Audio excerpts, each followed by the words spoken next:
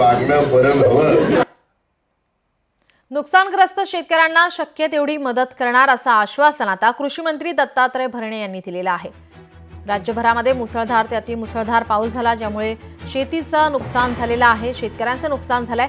नुकसानग्रस्त शेतकऱ्यांना आपण शक्य तेवढी मदत करणार असल्याचं आश्वासन दत्तात्रय भरणे यांनी दिलं आहे. इंदापूर तालुक्यात कृषी मंत्र्यांचं हे विधान. 10 दिवसात राज्यात पावसामुळे मोठं नुकसान झालंय. एकूण 22 लाख एकर शेतीचं पावसामुळे नुकसान झालेलं आहे.